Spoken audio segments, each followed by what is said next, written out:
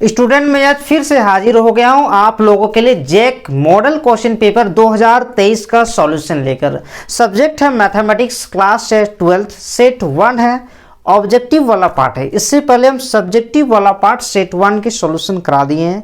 यदि आप लोग अभी तक वो वीडियो को नहीं देखे हैं तो जल्दी से देख लीजिए। और एक जरूरी सूचना हम आपको बता देना चाहते हैं, यदि आप हमारे साथ मिलकर अपने बोर्ड एग्जाम की बेहतरीन प्रिपरेशन करना चाहते हैं, जी हाँ बेहतरीन प्रिपरेशन करना चाहते हैं, तो आप लोगों के लिए हम न्यू बैच स्टार्ट किए हैं जिसमें आपके इंटीग्रेशन कंप्लीट हो गया है, चैप्टर 9 हो गया, चैप्टर 8 हो गया है, वेक्टर हो गया है, चैप्टर 12 हो गया, चैप्टर 13, चैप्टर 1 भी लगभग आधा हो ही गया है। ठीक है, मैट्रिक्स डिटरमिनेंट हो गया और आपकी एग्जाम से पहले हम आपके कंप्लीट करा देंगे। तो अभी तक आप लोगों ने वो वीडियो क्लास अभी नहीं किए हैं तो जल्दी से इसको देख लीजिए। तो मैं हूं देव कुमार, स्वागत है आप सभी का आपके अपने चैनल मैथ्स ट्यूटोरियल पर।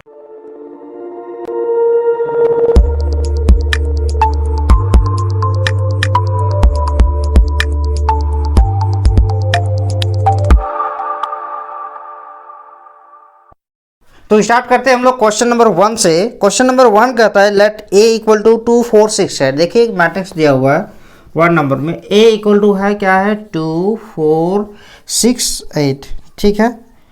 और r इक्वल टू दिया हुआ है 2 4 2 4 4 2 4 6 6 4। ये आपके क्वेश्चन नंबर 1 में दिए हुए हैं इस तरह से, ठीक है। अब जो है आपको बताना है कि देन आर इज, जो रिलेशन आर है ये क्या है। नंबर ए रिफ्लेक्सिव है, सिमेट्रिक है, ट्रांजिटिव है, नन ऑफ दिस। तो नंबर ए के लिए रिफ्लेक्सिव का क्या डेफिनेशन होता है सर? रिफ्लेक्सिव का ये डेफिनेशन होता है कि इसके जितने भी एलिमेंट्स होते हैं वे इस तरह के एलिमेंट बिलोंग करना चाहिए आर पे। अगर ऐसा होता है तो वो रिफ्लेक्सिव है। तो क्या 2,2 बिलोंग कर रहा है, 4,4 बिलोंग कर रहा है, 6,4 ऐसा कोई बिलोंग ही नहीं कर रहा है, तो उस हिसाब से हम कहेंगे कि ये जो है आपका रिफ्लेक्सिव नहीं है। नंबर बी है सिमेट्रिक। सिमेट्रिक के लिए आपको क्या होता है, अगर 2 4 है तो 4 2 होना चाहिए, फिर 4 6 है तो 6 4 भी होना चाहिए। तो इस हिसाब से देखेंगे तो ये क्या है, सिमेट्रिक है। अच्छा सिमेट्रिक है, दैट मीन्स हम कहेंगे कि ये जो क्वेश्चन नंबर 1 है इसका जो ऑप्शन नंबर बी है ये आपका करेक्ट आंसर है। फिर आप कहेंगे कि थोड़ा ऑप्शन नंबर सी के बारे में भी चर्चा कर दीजिए। तो ऑप्शन नंबर जो सी है ये आपका ट्रांजिटिव है कि नहीं ये आपको पता लगाना है। तो ट्रांजिटिव के लिए क्या हो, 2 4 है 4 2, क्या 2,2 है, नहीं है। तो उस हिसाब से हम ट्रांजिटिव नहीं कहेंगे, ठीक है। तो स्टूडेंट्स फाइनली देखिए क्वेश्चन नंबर 2 भी हम लोग पहुंच गए हैं। इसमें है एक सेट दिया हुआ a इक्वल टू ABC, ठीक है, और एक रिलेशन दिया हुआ है a, b, a, c और b, c, ठीक है। इसमें आपको बताना है कि be a relation on a then r is, r क्या होगा। सबसे पहले बोल रहा है कि क्या r रिफ्लेक्सिव होगा, कौन सा ऑप्शन देखना है। रिफ्लेक्सिव के लिए क्या होना चाहिए, a, a बिलोंग करना चाहिए जो कि कर रहा है, b, b करना चाहिए जो कि नहीं कर रहा है, यानी कि ऑप्शन नंबर a ये गलत हो गया, ठीक है। अब हम लोग ऑप्शन नंबर बी पर चेक करते हैं। तो ऑप्शन नंबर बी कहता है सिमेट्रिक। तो सिमेट्रिक के लिए क्या होना चाहिए, ए बी अगर है तो बी ए भी होना चाहिए, ए सी है सी ए भी होना चाहिए, यानी कि सिमेट्रिक तो नहीं होगा। ऑप्शन नंबर सी है आपका ट्रांजिटिव। देखिए ट्रांजिटिव के लिए पहले ये ऑर्डर पेयर के लिए चेक करते हैं। ट्रांजिटिव का डेफिनेशन क्या कहता है कि अगर कोई ऐसा ऑर्डर पेयर और इस तरह का ऑर्डर पेयर अगर बिलोंग करता है, यानी कि किसी ऑर्डर पेयर का सेकंड एलिमेंट किसी दूसरे एलिमेंट का अगर फर्स्ट एलिमेंट के साथ बिलोंग करता है, तो उस केस में आपको पता लगाना होगा कि उसमें ए सी भी बिलोंग करना चाहिए, किसमें, आर में। अगर ऐसा होता है तो वो ट्रांजिटिव होता है। तो फिलहाल देखिए ए को मैं, इसका जो सेकेंड एलिमेंट इसके फर्स्ट एलिमेंट के साथ मैच कर रहा है, ठीक है। तो ए, बी भी होना चाहिए जो कि ये खुद है, इसके लिए तो हो गया। इसके लिए अगर देखेंगे तो a, b है, a, b है और b, c है और a, c भी है। चलिए ये भी हो गए a, c से स्टार्टिंग कोई है तो यानी कि ये तो कोई दिक्कत नहीं है। अगर c से स्टार्टिंग कोई रहता तो दिक्कत होगा, और b, c उस हिसाब से देखा जाए तो ये ऑप्शन नंबर सी जो है ये करेक्ट आंसर होता है। थोड़ा सा इसमें रिफ्लेक्सिव, सिमेट्रिक, ट्रांजिटिव का अगर आपको कॉन्सेप्ट क्लियर नहीं है तो अभी भी आप हमारे चैनल में जाके देखिए, वो उसमें रिलेशन फंक्शन के वीडियो पड़े हुए हैं, उसको देख लीजिए और अपना कॉन्सेप्ट क्लियर कीजिए और अपने बोर्ड एग्जाम में अच्छे से अच्छे मार्क्स लाइए। तो जल्दी से इसको नोट कर लीजिए। अगला क्वेश्चन है question number 3। The function f N to N, एक फंक्शन डिफाइन है जो कि कैसा है, natural number to natural number है, यानी कि सेट ऑफ नेचुरल नंबर है, जो रख रहे हैं वो भी सेट ऑफ नेचुरल नंबर है। इसमें पूछा जा रहा है आपको कि हाँ, क्या ये 1 बट नॉट ऑन टू, ये कैसा फंक्शन है, क्या ये 1 है? तो सबसे पहले देखिए natural to natural number defined है, यानी कि आप अगर देखेंगे तो इस तरह से अगर हम कोई नेचुरल नंबर लेते हैं 1 2 3 4 5 6 डॉट डॉट आगे और भी जाएगा 1 2 3 4 5 6 7 8 इस तरह से जाएगा। तो आप देखेंगे कि 1 यहाँ पे अगर हम रखेंगे तो 1 का इमेज 2 बनेगा, 2 का इमेज क्या होगा, 2 का इमेज 4 बनेगा, यहाँ पे जब हम x रखेंगे 3 तो बनेगा 6, 4 तो 8। इस तरह से देखेंगे कि सबका इस तरह से देख सकते हैं कि इसमें 1 फंक्शन है। 1 फंक्शन मतलब क्या होता है, सबका यूनिक इमेज बनता है,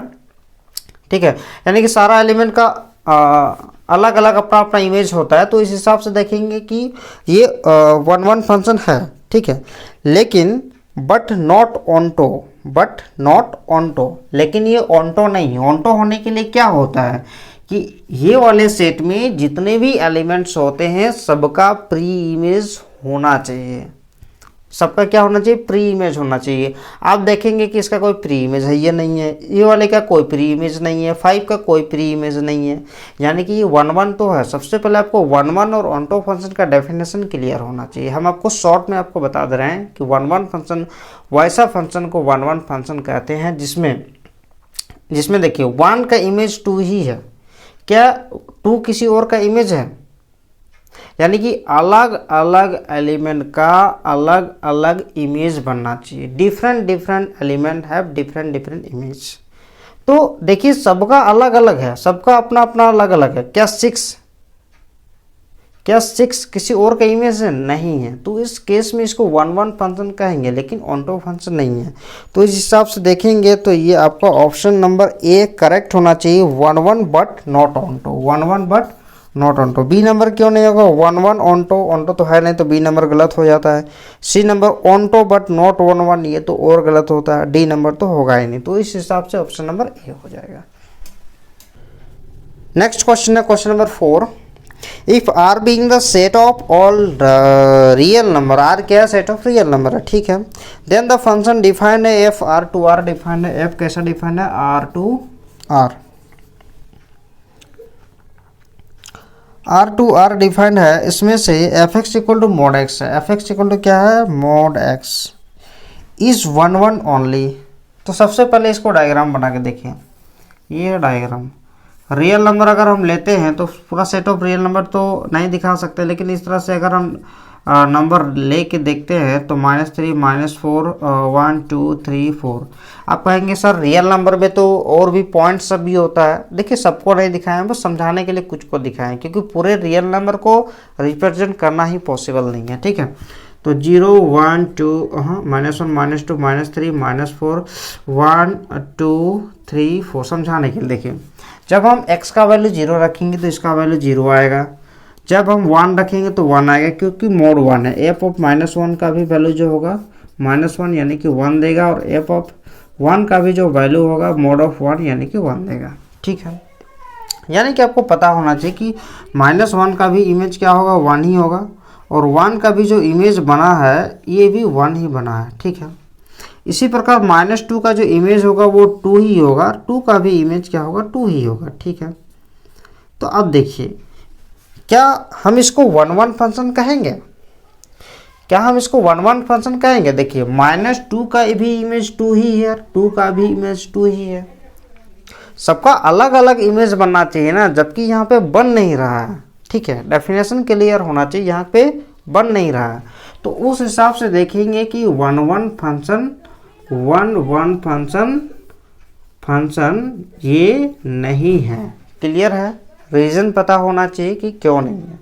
दूसरा ऑनटो फंक्शन कहता है कि ये वाले जो सेट है सबका प्री इमेज होना चाहिए, नेगेटिव वाला का तो सीधी सीधी बात होगा ही नहीं। तो उस हिसाब से देखेंगे तो ना तो ये 1 है ना तो ये ऑनटो है, ये चीज़ आपको क्लियर होना चाहिए। अब हम इसके जाते हैं ऑप्शन पे कि ऑप्शन क्या कहता है।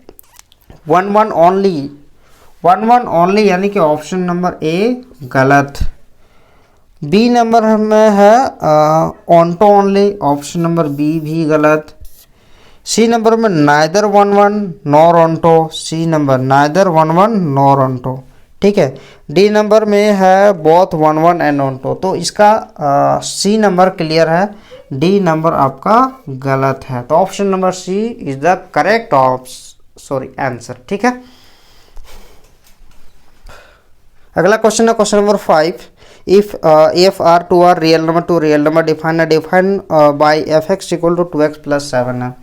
एफ एक्स इक्वल टू है क्या 2x प्लस 7, ठीक है। आपको पूछा गया है कि एफ इनवर्स x का वैल्यू कितना होगा, ठीक ना। तो अब देखिए हमको सबसे पहले यहाँ पे लेट करना होगा कि y equal to f x है। तो लेट किए तो y equal to f x अगर है तो एफ एक्स का वैल्यू कितना 2x प्लस 7 है। अब हमको उल्टा करना होगा, अभी फंक्शन किस में था x में था, इसके बाद हमको x का वैल्यू निकालना होगा। तो y माइनस 7 इक्वल टू हो जाएगा 2x, तो x इक्वल टू हो जाएगा y minus 7/2, x equal to हो गया। अब आप खुद यहाँ पे सोचिए, अगर y equal to f x है तो f इनवर्स y का वैल्यू कितना हो जाएगा x हो जाएगा। f इनवर्स y का वैल्यू कितना हो जाएगा x, क्योंकि f इस पार आ गया, ठीक है। अब यहाँ पे x के प्लेस पे हम f इनवर्स y लिख सकते हैं इक्वल टू y माइनस 7/2, लेकिन आपको पूछा गया f इनवर्स x। तो भाई जब यहाँ पे y था तो y माइनस 7/2, अगर वेरिएबल के प्लेस पे जो रखेंगे उतना माइनस 7/2 होगा। That means f inverse x का वैल्यू जो होगा आपका x माइनस 7/2 हो जाएगा। अब हम लोग देखते हैं ऑप्शन इसका कौन सा आंसर करेक्ट है।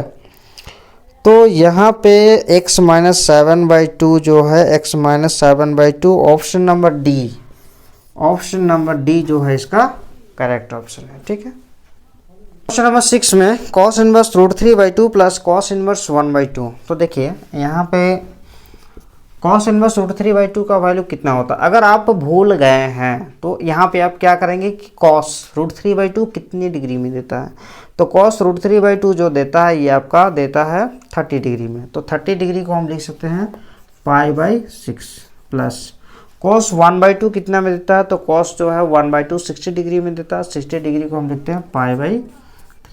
दोनों का एलसीएम ले लेंगे तो 6 आ जाएगा, पाई प्लस 2π, यानी कि इसको हम लिखेंगे 3π/6, कट जाएगा तो ये हो जाएगा π/2, ठीक है। तो π/2 हो जाएगा, तो इसका ऑप्शन जो है option number D, option number D. Question number 7, sine tan inverse minus √3 cos inverse minus √3/2। तो यहाँ पे देखिए साइन टेन इनवर्स ये हो जाएगा माइनस बाहर होगा, ये हो जाएगा टेन इनवर्स √3 प्लस आपको पता होना चाहिए कि कॉस इनवर्स माइनस एक्स का जो वैल्यू होता है ये pi minus cos inverse x होता है, ठीक है। तो यहाँ पे हम लिखेंगे पाई माइनस कॉस इनवर्स √3/2, ठीक है। तो यहाँ पे साइन माइनस टेन इनवर्स √3, यानी कि 10 कितने डिग्री में देता है 60 डिग्री, और 60 डिग्री को अगर हम रेडियन में लिखेंगे तो उसको लिखेंगे tan 60 डिग्री का वैल्यू हो जाएगा π/3, ठीक है, प्लस पाई माइनस यहाँ पे जो है कॉस इनवर्स √3/2, और कॉस √3/2 कितने डिग्री में देता है, ये भी आपका 30 डिग्री में, यानी कि इसको हम लिखेंगे π/6। एलसीएम ले लेंगे तो साइन यहाँ पे एलसीएम लेंगे तो 6 एलसीएम आ जाएगा, -2π प्लस 6π माइनस पाई। तो साइन यहाँ पे हो सकता है 6π -2π हो जाएगा -3π, तो 6π माइनस 3π 3π/6, और इसका वैल्यू आ जाएगा साइन 2 यानी कि π/2, और साइन π/2 का वैल्यू आ जाएगा 0। तो उस हिसाब से option number C, option number C इसका करेक्ट आंसर है। Next question number 8, 1/2 cos inverse 1 minus x by 1 plus x, इसका वैल्यू निकालना है। तो इसमें हम बहुत सारा चीज़ कर सकते हैं। मान लीजिए पुट करेंगे पुट करेंगे x equal to tan square theta, this implies root x equal to आ जाएगा टेन थीटा, ठीक है। तो equal to 1/2 cos inverse 1 minus x का value tan square theta by 1 plus tan square theta. तो 1/2 cos inverse 1 minus ten square theta by 1 plus tan square theta का value होता है कॉस 2 थीटा। कॉस और cos inverse cancel हो जाएगा तो 1/2 into 2 theta आएगा, 2 और 2 कैंसिल तो आ जाएगा थीटा। और यहाँ से हम थीटा का जो वैल्यू है टेन इनवर्स हम लिख सकते हैं रूट एक्स, तो उसी प्रकार यहाँ पे लिख सकते हैं टेन इनवर्स रूट एक्स। अब ऑप्शन को मैच करते हैं तो ऑप्शन देखिए कौन सा आता है, option number C. Option number C इसका correct answer. Question number 9, tan inverse 1/4 plus tan inverse 2/9 ये किसके इक्वल होगा। तो फॉर्मूला आपको पता होना चाहिए कि tan inverse x plus tan inverse y equal to होता है tan inverse x plus y by 1 minus x y, ठीक है। तो उस हिसाब से tan inverse x plus 1/4 plus 2/9 by 1 minus 1/4 into 2/9। LCM लेंगे तो टेन इनवर्स 36, इधर एलसीएम लेंगे तो 36,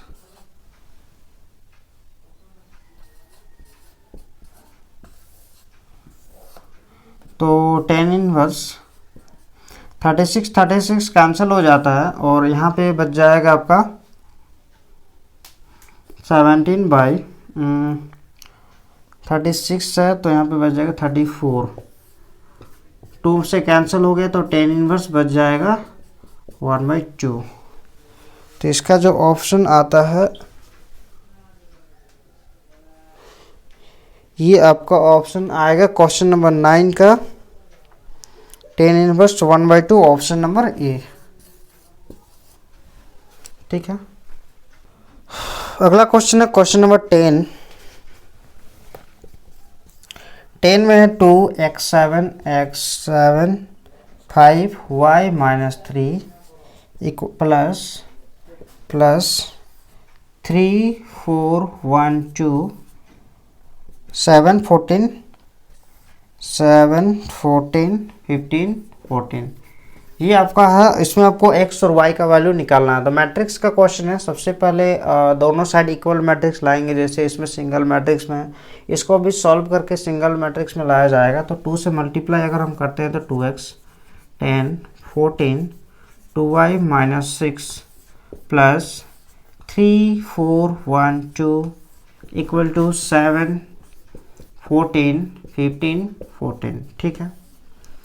अब यहाँ से करस्पॉन्डिंग एलिमेंट को ऐड करेंगे, ठीक है। तो 2x प्लस 3 हो जाएगा 2x प्लस 3, 10 प्लस 4 हो जाएगा 14, 14 और 1 हो जाएगा 15, और इसमें इसको ऐड करेंगे तो 2y माइनस 4 इक्वल टू 7 14 15 14। देखिए हम इसको सॉल्व करके दिखा दे रहे हैं, लेकिन आपको एग्जाम में बस टिक करना है, ठीक है। और अगर आपको वाकई में इसमें कुछ सीखने को मिल रहा है तो प्लीज़ वीडियो को लाइक कर दीजिए। हमारी मोटिवेशन के लिए कैसा लग रहा है आपको क्लास, ताकि आपके लिए हम और भी बेहतरीन क्लास लेकर आए। तो हमारी एनर्जी के लिए कमेंट कीजिए, नहीं भूलिएगा, ठीक है।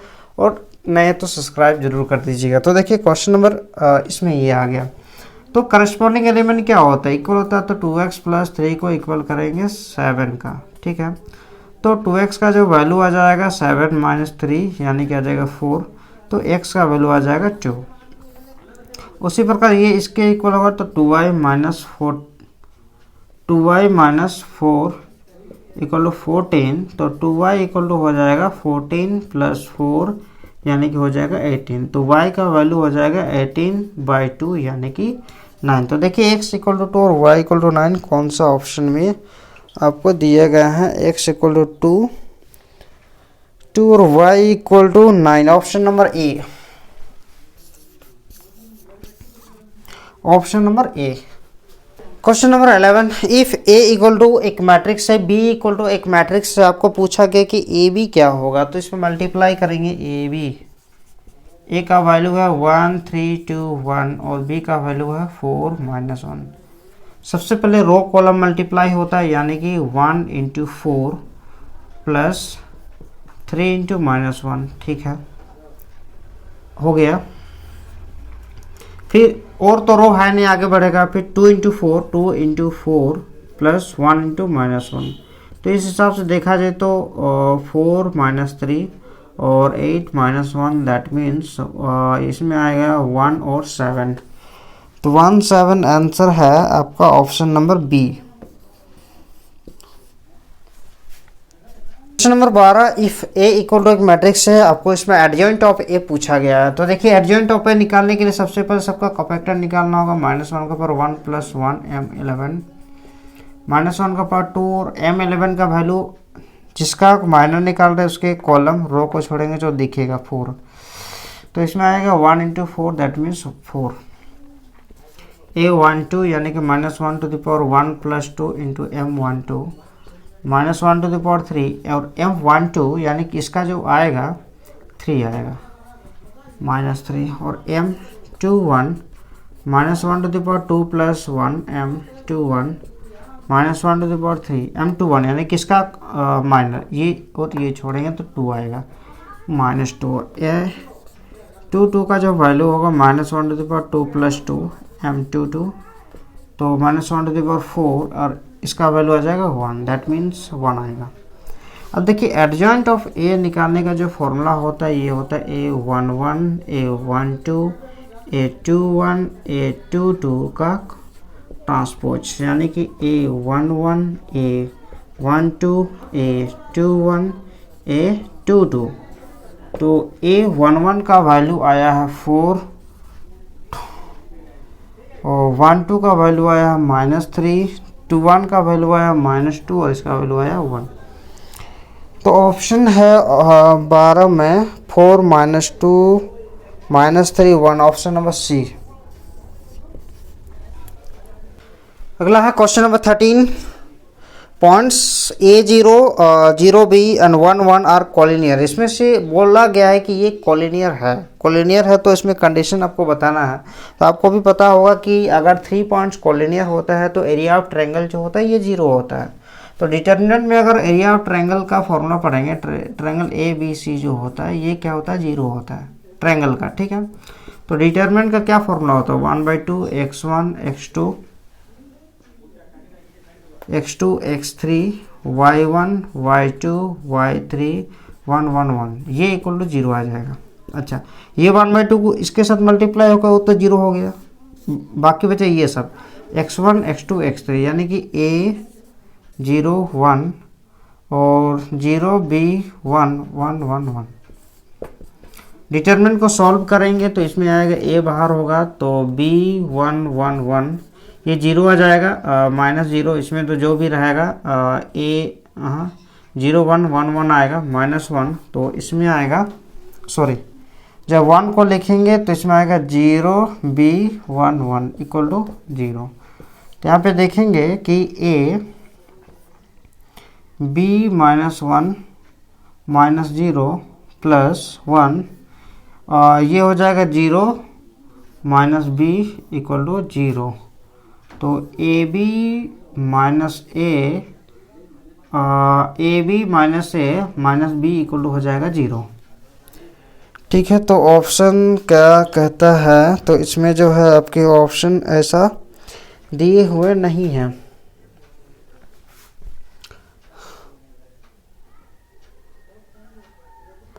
दिए हुए नहीं है तो हम इसको ऐसे लिख सकते हैं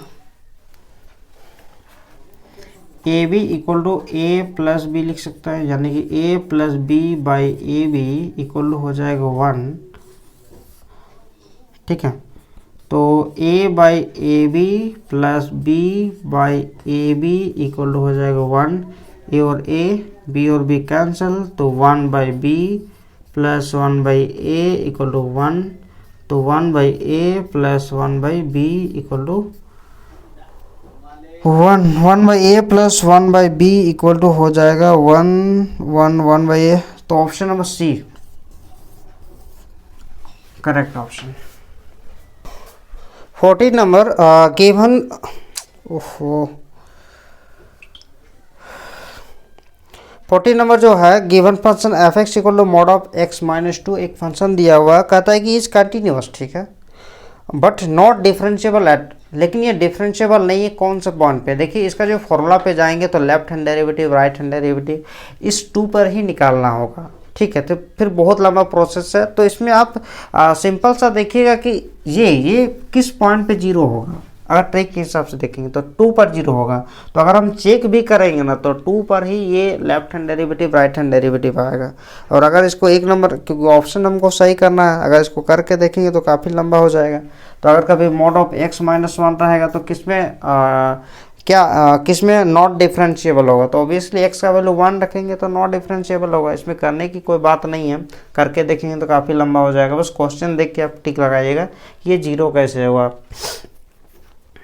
ठीक है, ये पूरा। तो कभी अगर x माइनस 4 रहेगा तो x बराबर 4, यानी कि x इक्वल टू 4 पर ये नॉट डिफरेंशिएबल होगा। तो यहाँ पे x माइनस 2 है, दैट मीन्स x माइनस 2 पर ये नॉट डिफरेंशिएबल होगा, यानी कि ऑप्शन नंबर बी इसका करेक्ट ऑप्शन होगा। Question number 15, y equal to sine cube x then dy by d x इसके इक्वल होगा, dy बाई डी एक्स, ठीक है। तो यहाँ पे dy बाई डी एक्स अगर हम निकालना चाहेंगे तो d अपॉन डी एक्स ये हो जाएगा साइन क्यूब एक्स, तो by chain rule d by d, यहाँ पे sine x whole cube sine x into d sine x by d x. तो इसमें अगर देखेंगे तो 3 साइन स्क्वायर एक्स इंटू हो जाएगा cos x, 3 sine square x into cos x, कौन सा ऑप्शन में है, 3 sine square x into cos x, option number C. Question number 16, if y equal to cos inverse d y by d x निकालना है। तो जैसे कि आपको पता होना चाहिए कि ये जो cos inverse 1 minus x square by 1 plus x square होता है, ये 2 tan इनवर्स एक्स का फॉर्मूला होता है, चैप्टर 2। देखिए ये 1 मार्क्स का है तो डायरेक्ट फॉर्मूला में करते हैं, अगर ये 4 मार्क्स का रहता तो थोड़ा पुट करके करते कि एक्स का वैल्यू tan थीटा पुट करेंगे तो इसमें कुछ हो जाएगा, ठीक है। तो डायरेक्ट फॉर्मूला यूज करेंगे तो y इक्वल टू हो जाएगा 2 tan इनवर्स एक्स, क्योंकि इसके बदले में ये फॉर्मूला होता है। तो d y by d x अगर हम निकालना चाहेंगे तो 2 कॉन्स्टेंट बाहर हो जाएगा, tan इनवर्स इसका डिफरेंशिएशन होगा 1 प्लस एक्स स्क्वायर। तो इसका ऑप्शन है 2 by 16 number 2 by 1 plus x square, option number A. Question number 17, if x plus 2y equal to 10x then dy by d x is क्या होगा। तो देखिए इसमें भी इम्प्लिसिट फंक्शन वाला है, डेरिवेटिव करेंगे d by d x both side, तो x plus 2y equal to हो जाएगा 10x।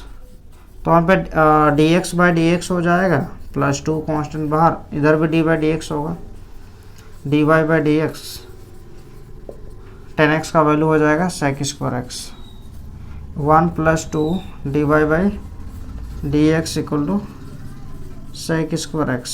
तो 2 d y by d x equal to हो जाएगा सेक स्क्वायर एक्स माइनस 1। तो d y upon d x का जो वैल्यू है sec square x minus 1 by 2। अब देखिए ऑप्शन में क्या है, sec square x sec square x minus 1 by 2, option number d. देखिए इस एक फॉर्मूला होता है sec square x minus ten square,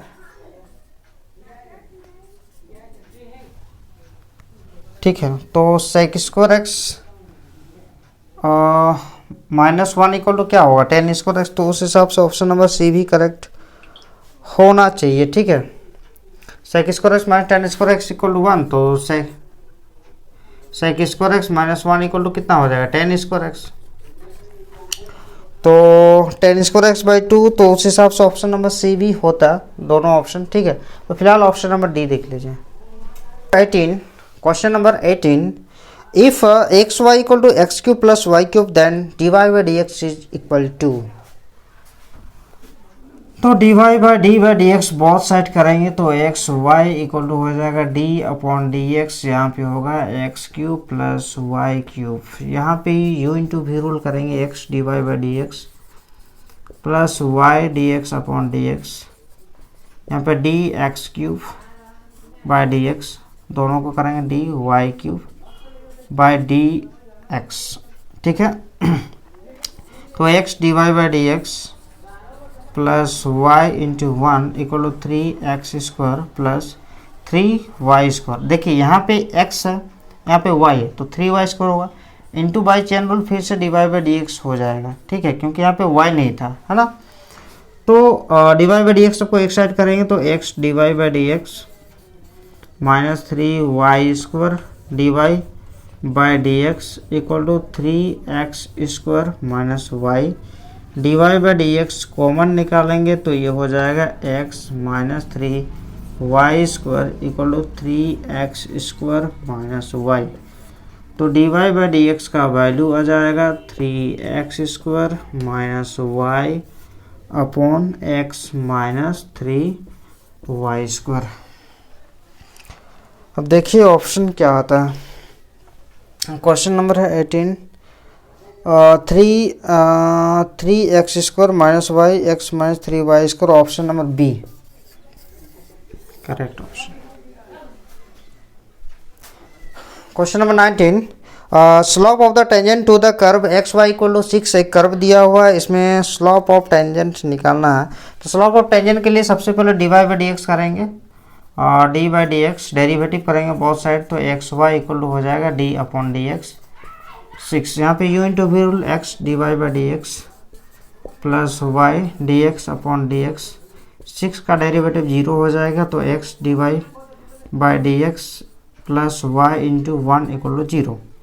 तो x dy/dx इक्वल टू हो जाएगा माइनस वाई, तो इस हिसाब से dy/dx इक्वल टू हो जाएगा minus y by x at 1,6। Slope of tangent जो होगा dy/dx 1,6, तो y का वैल्यू 6 यानी कि माइनस 6/1। एक मिनट, y का वैल्यू 6/1 माइनस 6 आंसर, तो माइनस 6 जो है ये आपका ऑप्शन नंबर ए में है। ठीक है, कैसा लग रहा है वीडियो? अभी तक लाइक नहीं कर दिए हैं तो अटेंडेंस बना लीजिए लाइक करके। ठीक है, जल्दी से नोट कर लीजिए। अगला है question number 20, slope of the normal to the curve y equal to x² minus x। y equal to क्या है, x² माइनस x है, x इक्वल टू 1 पे स्लोप ऑफ नॉर्मल पूछा गया, तो dy/dx का वैल्यू कितना आ जाएगा 2x माइनस 1। तो स्लोप ऑफ जो टेंजेंट होगा ऑफ टेंजेंट जो होगा ये कितना होगा, dy/dx का value he slope of tangent होता है x इक्वल टू 1, तो 2 इंटू 1 माइनस 1 यानी कि इसमें आ जाएगा 2 माइनस 1 यानी कि आ जाएगा 1, ये स्लोप ऑफ टेंजेंट। लेकिन से हम लोग जानते हैं स्लोप ऑफ नॉर्मल जो होता है, स्लोप ऑफ नॉर्मल क्या होता है, -1 बाई स्लोप ऑफ टेंजेंट होता है। स्लोप ऑफ टेंजेंट यानी कि -1/1, दैट मीन्स -1 आंसर आएगा। तो -1 आंसर आएगा, तो ऑप्शन होगा इसमें से ऑप्शन नंबर ए। ठीक है,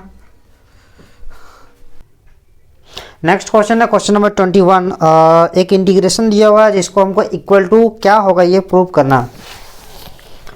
तो देखिए इसको सॉल्व करने के लिए हम इसको ऐसे लिख सकते हैं, dx को इस तरह से रिप्लेस कर देंगे sin² x cos² x, कुछ नहीं तो 1 तो लिख सकते हैं। अच्छा, और इस 1 के बदले, क्योंकि आपको पता है कि इस 1 के बदले में हम sin² x plus cos² x by sin² x cos² x dx। ठीक है, अब यहाँ पे हम sin² x upon sin² x cos² x plus cos² x by sin² x cos² x dx लिख सकते हैं। अब देखिए sin² x कैंसिल हो गया कॉस स्क्वायर कैंसिल हो गया, ये बच जाएगा 1 बाई कॉस स्क्वायर को हम लिख सकते हैं sec square x, plus 1 by sine square को लिख सकते हैं कॉसेक स्क्वायर एक्स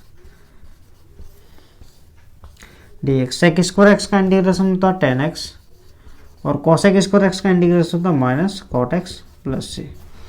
अब देखिए ऑप्शन कौन सा है,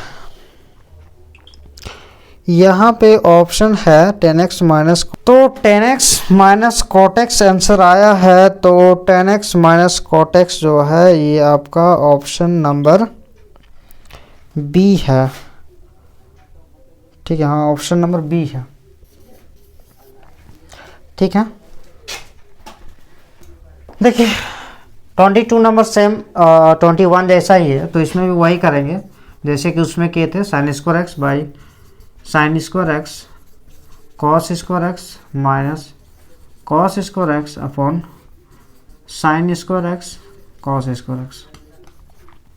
sign sine cancel, cos cos cancel, तो इसको हम लिख सकते हैं 1 by cos square x minus 1 by sine square x, ठीक है। इसके बाद 1 बाई कॉस स्क्वायर एक्स को हम लिख सकते हैं सेक स्क्वायर एक्स, ठीक है, और इसको लिख सकते हैं माइनस कॉसेक स्क्वायर एक्स, ठीक है। और सेक स्क्वायर एक्स का इंटीग्रेशन हो गया 10x minus cosec square x का इंटीग्रेशन होता है माइनस कॉट एक्स, क्या होता है माइनस कॉट एक्स, लेकिन माइनस माइनस फिर आगे हो जाएगा plus cot x plus c. तो इसमें ऑप्शन होता है आपका 22 में 10x plus cot x, option number a, ठीक है। तो देखिए क्वेश्चन नंबर 23 जो है एक्सरसाइज 7.4 का है, 1 by x square plus 2x plus 2 है। तो इसको सबसे पहले इंटीग्रेशन के फॉर्म में लाएंगे, तो इसमें हम ऐसे कर सकते हैं 1 by x square a plus b का होल स्क्वायर में लाएंगे ए स्क्वायर प्लस 2 ए लिखेंगे। अब बी का वैल्यू कितना लिखेंगे कि यहाँ पे 2x आएगा तो इंटू 1 लेना होगा, प्लस बी स्क्वायर यानी कि 1 का स्क्वायर, प्लस 1 स्क्वायर ऐड किए तो माइनस 1 स्क्वायर करना पड़ेगा प्लस का 2 dx। तो यहाँ से यहाँ तक हम लिख सकते हैं 1 बाई एक्स प्लस 1 का होल स्क्वायर माइनस 1 प्लस 2 हो जाएगा प्लस 1 स्क्वायर dx प्लस 1 हो जाएगा, ठीक है। तो यहाँ पे हम लिख सकते हैं 1 by x plus 1 whole square plus 1 square dx। Formula होता है क्या 1 by x square plus a square का फॉर्मूला होता है dx equal to 1 by a tan inverse x by a plus c. तो उसी प्रकार यहाँ पे 1 by 1 tan inverse x plus 1 by 1 plus c, क्योंकि एक्स के प्लेस पे ये ए के प्लस पे ये है, तो फाइनली हमारा आंसर आता है tan inverse x plus 1 plus c, ये हो जाएगा आंसर। तो ऑप्शन होगा 23 का ऑप्शन होगा tan inverse x plus 1 plus c, यानी कि ऑप्शन नंबर बी इसका करेक्ट ऑप्शन होगा, ठीक है। कैसा लग रहा है? अगर अच्छा लग रहा है तो शेयर करना नहीं भूलिएगा अपने दोस्तों तक, क्योंकि आपको इसमें तो कुछ लग नहीं रहा, तो दक्षिणा ग्रुप में इतना तो आप हमारे छोटा मोटा चैनल के लिए आप कर ही सकते हैं, और हमारी मोटिवेशन के लिए कमेंट करना बिल्कुल नहीं भूलिएगा, ठीक है। अब देखिए आइए, आप पार्शियल फ्रैक्शन का क्वेश्चन है, इसमें भी थोड़ा सा लंबा बनेगा ये चैप्टर जो है पार्शियल फ्रैक्शन का। तो इसमें क्या करेंगे, जो प्रोसेस होता है लेट करते हैं x by x minus 1 x minus 2 equal to a upon x minus 1 plus b upon x minus 2 equation number 1। अब एलसीएम लेंगे x by x minus 1 x minus 2, तो इस केस में देखेंगे x माइनस 1 एक्स माइनस 2, तो a x minus 2 plus b x minus 1। तो यहाँ से हम लिख सकते हैं x equal to a x minus 2 plus b x minus 1। a और b का वैल्यू निकालेंगे तो पुट करेंगे, एक बार a को 0 करेंगे x इक्वल टू 2 इंटू, तो क्या हो जाएगा 0 equal to a into 0 plus b 2 minus 1 into 1 हो जाएगा। तो फाइनली 0 इक्वल टू 2 पुट किया ना 2, तो यहाँ से हम लिख सकते हैं 2 इक्वल टू बी। फिर इसे यहाँ से कोई भी वैल्यू पुट कर लेंगे पुट। अब एक बार इसको 0 कराएंगे, x इक्वल टू 1 इन 2, तो a का वैल्यू निकलेगा। तो 1 equal to a 1 minus 2 plus b into 0। तो 1 equal to minus 1 minus 2 minus 1 यानी कि माइनस से होगा, दैट मीन्स a का वैल्यू आ गया -1। तो putting a equal to -1 and b equal to 2 in 1। तो x देखिए इसका हम वैल्यू निकालेंगे, x by x minus 1 x minus 2 equal to a -1 by x minus 1 plus b का वैल्यू 2 बाई x माइनस 2। देखिए हम पार्शियल फ्रैक्शन में अगर आपको डाउट है तो पार्शियल फ्रैक्शन का हम पूरे क्लास ले चुके, पूरे इंटीग्रेशन कवर करा दिए, आप बढ़िया से इंटीग्रेशन का क्लास कर सकते हैं। ठीक है, तो i इक्वल टू जो हमारा इंटीग्रेशन करना था ये हमारा पार्शियल फ्रैक्शन में था। एक छोटा सा क्वेश्चन में तो हम सारा कॉन्सेप्ट नहीं दे सकते हैं, लेकिन आप डिटेल में क्लास करना चाहते हैं तो हमारे क्लास ज्वाइन कर सकते हैं। और देखिए इसका वैल्यू हमारा ये चीज़ आया हुआ -1 by x minus 1 plus 2 by x minus 2 dx। तो -1 by x minus 1 dx plus 2 1 by x minus 2 dx। तो ये हो जाएगा minus log x minus 1 plus 2 log x minus 2, क्योंकि 1 बाई एक्स माइनस 2 का इंटीग्रेशन लॉग x माइनस 2 होगा। अब option देखते हैं कि ऑप्शन में क्या है 24 का। ऑप्शन तो अभी मिल नहीं रहा है, तो फिलहाल हम ऐसे करते हैं, इसको पहले लिखेंगे। इसको हम ऐसे लिख सकते हैं लॉग, नहीं तो इधर लिखते हैं। देखिए उसको पहले लिखेंगे 2 log x minus 2 minus log x minus 1। Formula होता है n log a equal to log a to the power n। उसी पर यहाँ जो 2 रहेगा वो log के पावर में चल जाएगा, x minus 2 whole power 2 minus log x minus 1। अब log a minus log b equal to होता है log a बाई b। तो उस हिसाब से कह सकते हैं कि log x minus 2 whole square upon x minus 1 plus आएगा c। तो log x माइनस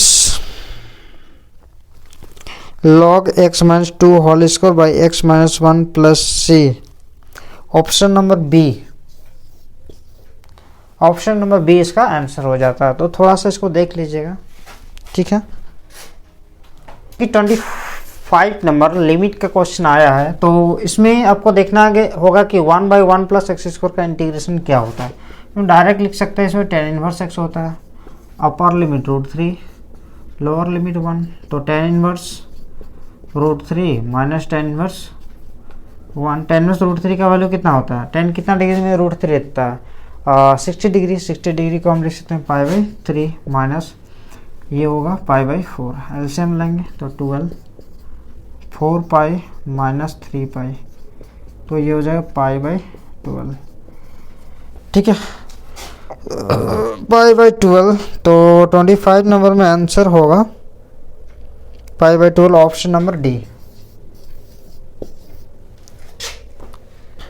देखिए question number 26 order and degree of the differential equation का क्वेश्चन है, यानी कि चैप्टर 9 का।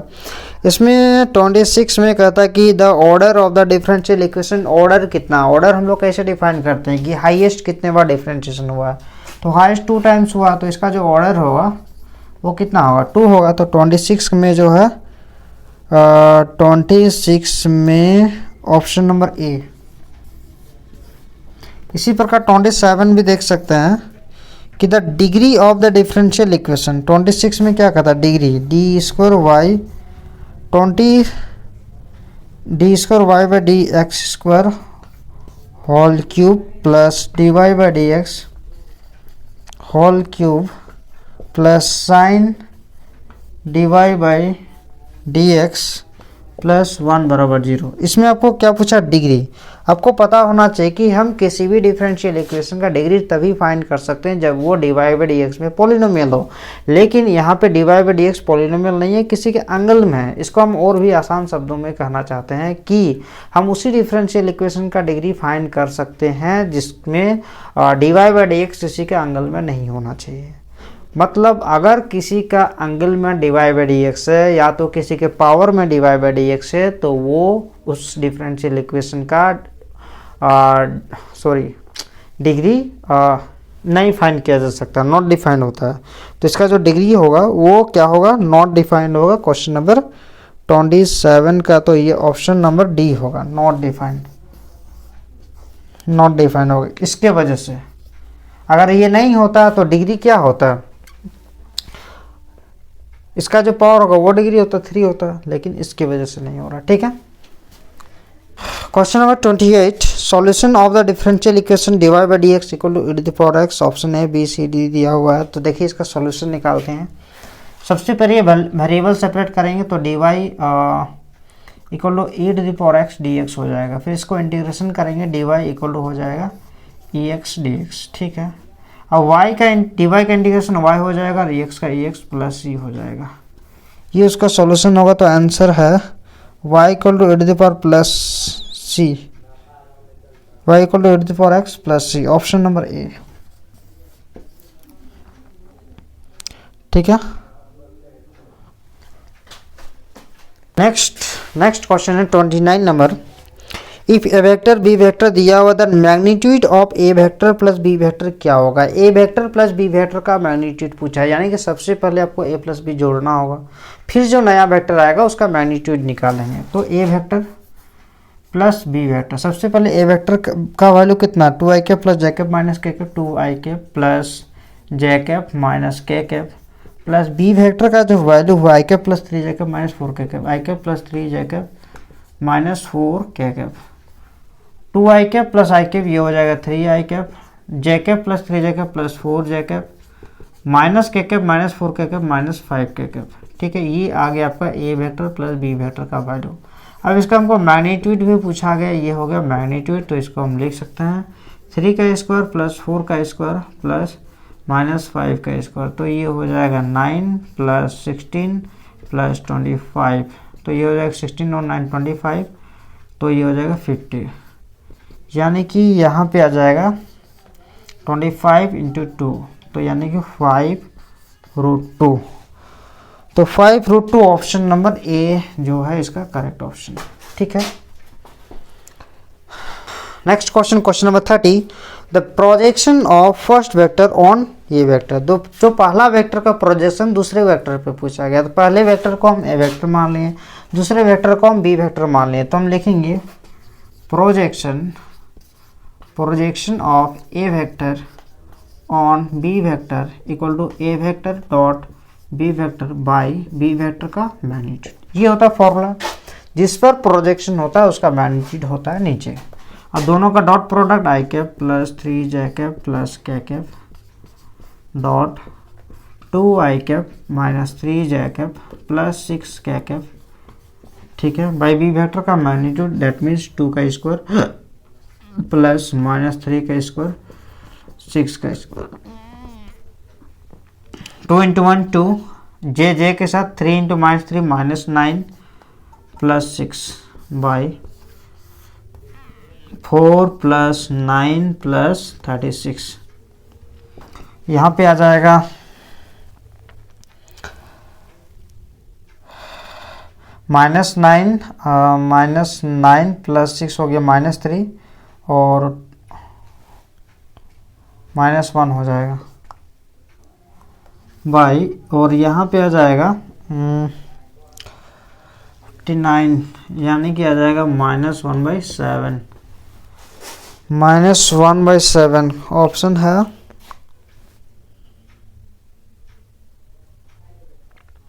Option number B. ठीक है, लिख लीजिए। चलिए अब हम लोग फाइनली वेक्टर पर पहुंच गए हैं। वेक्टर का क्वेश्चन है जो कि डॉट प्रोडक्ट का टॉपिक से है। आपको magnitude of a vector 3, b vector magnitude 4 और ए प्लस बी का मैग्नीट्यूड 5 दिया हुआ है। Then the value of a vector minus b vector का मैग्नीट्यूड पूछा गया है। तो देखिए इसमें कुछ हमको ज़रूरी जानकारी लेना होगा।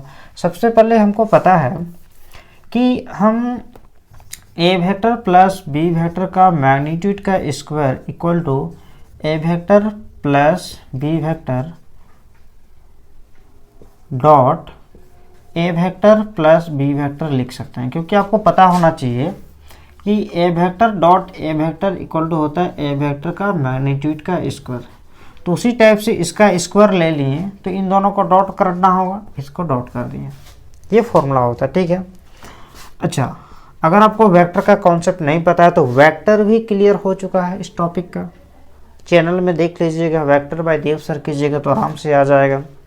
एकदम कॉन्सेप्चुअल पढ़िए, आराम से पढ़िए, कोई दिक्कत नहीं। कोई भी दिक्कत होगा कमेंट कीजिएगा, हम जरूर आपके कमेंट का रिप्लाई देंगे। ठीक है, अब देखिए इसको इसके साथ डॉट प्रोडक्ट होगा, a vector dot a vector plus a dot b, a vector dot b vector plus b vector dot a vector plus b vector dot b vector. अब ये हो जाएगा ए वेक्टर का magnitude square plus a dot b dot a, same है क्योंकि हम ऐसा इसको लिख सकते हैं, प्लस ए डॉट बी ऐसा इसलिए लिख सकते हैं क्योंकि वेक्टर प्रोडक्ट कम्यूटेटिव लॉ को फ्लो करता है। अब देखिए ए प्लस बी का मैग्नीट्यूड 5 दिया हुआ है, यानी कि 5 का स्क्वायर और यहाँ पे ये हो जाएगा 3 का square plus 2 a vector dot b vector लिख सकते, दोनों ऐड हो गया, प्लस 4 स्क्वायर, तो ये हो गया 25 equal to 9 plus 2 a vector dot b vector plus 16। तो 25 माइनस 16 इक्वल टू हो गया 2 ए वेक्टर 25, अच्छा सब तो कट जा रहा भाई,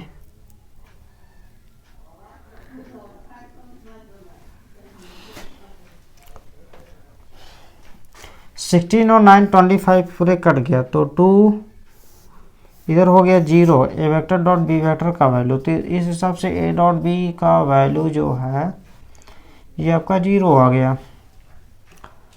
अब हमें पूछा है कि a vector minus now A vector minus b vector का मैग्नीट्यूड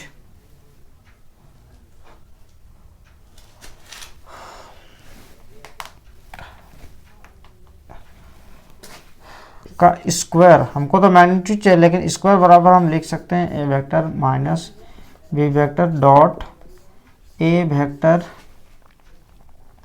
माइनस बी वेक्टर। ठीक है, अब a vector dot a vector minus a vector dot b vector minus b vector dot a vector plus b vector magnitude square.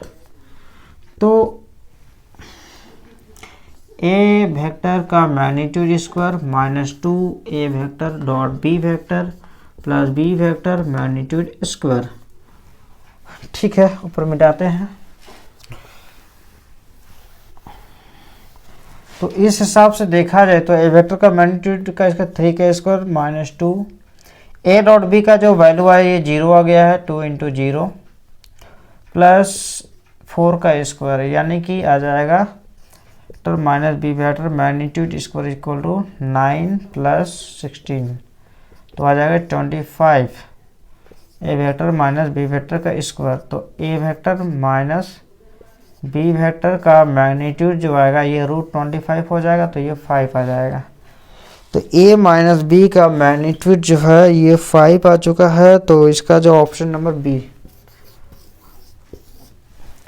ठीक है, सवाल कैसा लगा? थोड़ा सा था, लग नहीं रहा था कि 1 मार्क्स का क्वेश्चन है, लेकिन थोड़ा सा लंबा बन गया। ठीक है, कोई दिक्कत नहीं।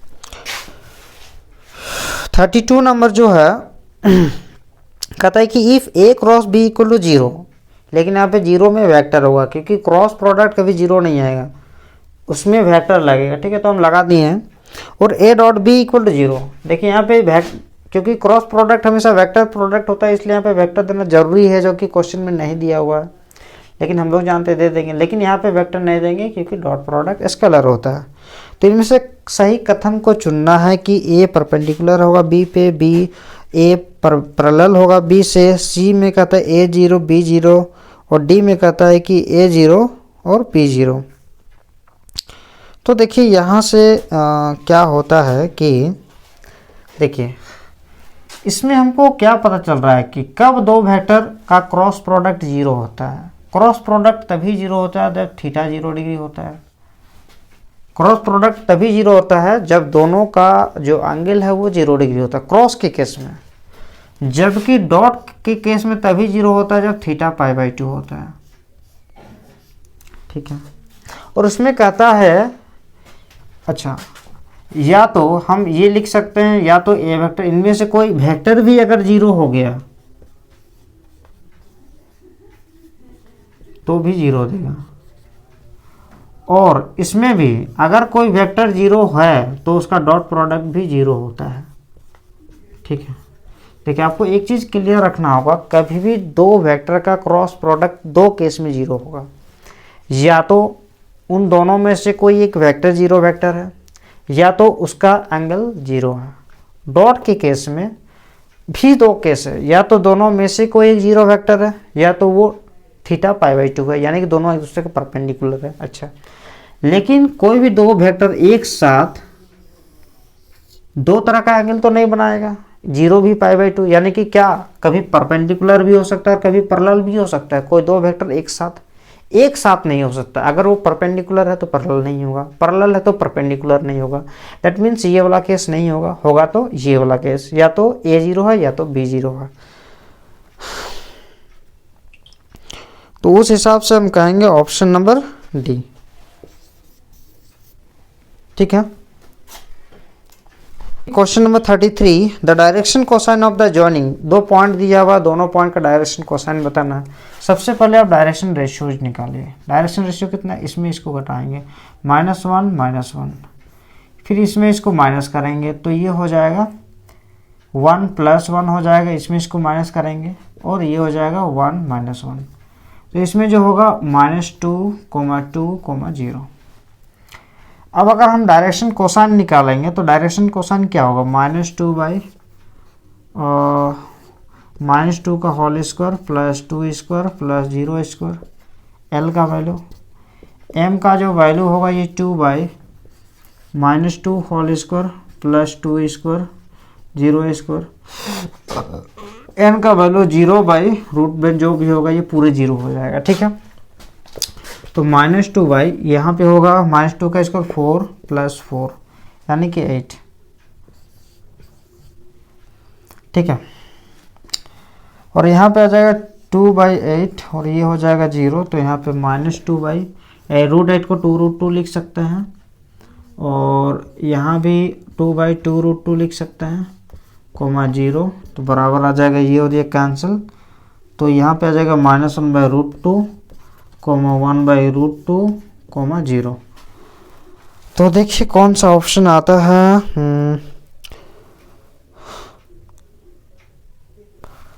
33 नंबर 2 - 2, 33 नंबर में 1/√2 माइनस, ऐसा कैसे हो सकता है भाई, 1 - 1 1।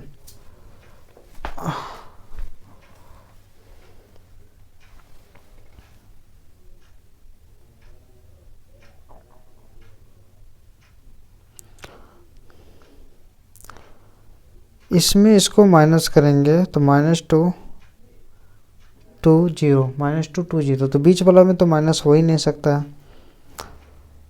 ऑप्शन नंबर सी में जो है ना, यहाँ पे माइनस होना चाहिए, ऑप्शन नंबर सी। ठीक है, थोड़ा सा प्रिंटिंग मिस्टेक है, यहाँ पे माइनस होना चाहिए जो कि आ नहीं रहा।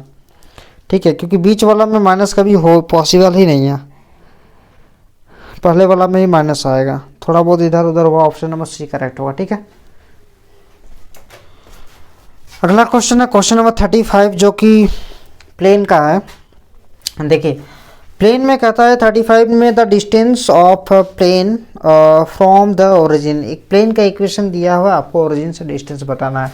देखिए एक फॉर्मूला होता है कि ax + by + cz + d = 0 अगर प्लेन का इक्वेशन है, और अगर कोई पॉइंट x1 y1 z1 दिया हुआ है, और अगर दोनों के बीच का डिस्टेंस निकालने का जो फॉर्मूला होता है ax1 plus b y1 plus c z1 plus d upon root a square plus b square plus c square होता है। x1 y1 z1 ये सब है और a b c ये सब है। अब देखिए a का वैल्यू है 2, कंपेयरिंग करेंगे तो a का वैल्यू है, इसको इसके साथ कंपेयरिंग करेंगे तो a का वैल्यू 2, b के प्लेस पे क्या है -3, c के प्लेस पे कितना 6, d के प्लेस पे कितना 14, x1 कितना है ये 0, y1 0, z1 0, तो 2 into 0 plus -3 into 0 plus c का 6 इंटू 0, d का वैल्यू है +14 बाई रूट 2 का square plus -3 square plus 6 square. तो फाइनली यहाँ पे हम लिख सकते हैं 0 0 0 0 हो गया, यहाँ पे आ गया 14 बाई, क्योंकि ये पूरे 0 हो गया, ठीक है। और यहाँ पे आएगा 4 प्लस 9 प्लस 36, तो 14 बाई 36 और 440 49 रूट 49 यानी कि 14 बाई 7 यानी कि 2 यूनिट। तो इसमें आंसर आएगा आपका 35 में 2 यूनिट, ऑप्शन नंबर ए। नेक्स्ट क्वेश्चन है क्वेश्चन नंबर आपका है 36। If a and b are two events such that p of a plus p of b minus p of a intersection b, 36 में है p of a plus p of b minus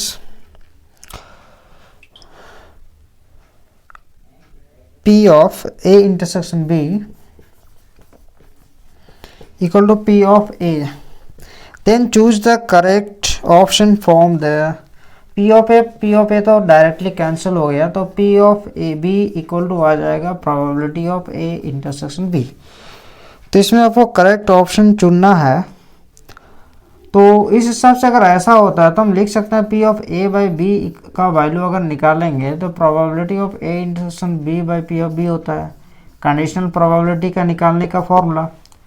अब p of a intersection b के बदले में हम p of b लिख सकते हैं अपॉन p ऑफ b, तो ये कट जाएगा, तो यानी कि probability of a by b का जो वैल्यू होगा ये आपका 1 आएगा, p of a by b, यानी कि ऑप्शन नंबर b जो है इसका करेक्ट आंसर होता है। तो और हम आपको ज़रूरी जानकारी आपको इसमें बता देते हैं कि अब सेट 1 का जो सब्जेक्टिव वाला पार्ट है वो भी आपको सॉल्यूशन करा दिए हैं, अगर आप वो नहीं देखें तो अभी भी देख सकते हैं, ठीक है। इस तरह से हम सारा सेट आपका कंप्लीट करा देंगे और आपकी सिलेबस भी कंप्लीट हो जाएगा। 4 the equation of y axis का इक्वेशन क्या होता है, x बराबर 0 z बराबर 0, ये है यह y एक्सिस का इक्वेशन। तो इक्वेशन ऑफ y एक्सिस जो है x equal to 0 z equal to 0, option number B, x 0 z 0 y axis का इक्वेशन, ऑप्शन नंबर बी 34।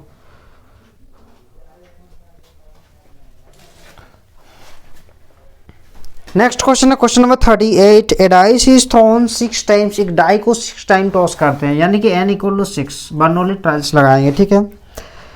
यहाँ पे if getting an even number is success, जब एक बार टॉस करते हैं तो इवन नंबर आने की क्या प्रोबेबिलिटी होगा, 3 टाइम इवन आता है 2 4 और 6, तो इवन आने की प्रोबेबिलिटी होता है 1/2। तो 6 सक्सेस को हम p मान लें, p को क्या मान लें सक्सेस, और q को क्या मानते हैं फेलियर। तो फेल होने की प्रोबेबिलिटी यानी कि सक्सेस नहीं है यानी कि इवन नहीं है यानी कि ओड आया, और ओड आने की प्रोबेबिलिटी जो होता है ये भी 3/6 यानी कि 1/2 होता है। समझने के लिए हम लिख सकते हैं 3/6 इक्वल टू 1/2, क्योंकि टोटल आउटकम्स होते हैं 6 में 3 इवन आते हैं, ठीक है। और इसमें से कहता है कि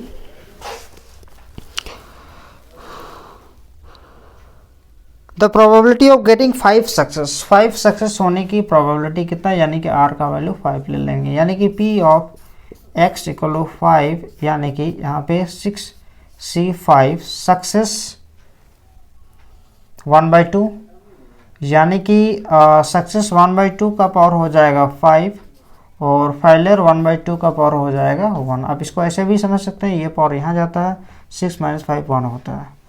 ठीक है, तो 6C5 का जो वैल्यू होगा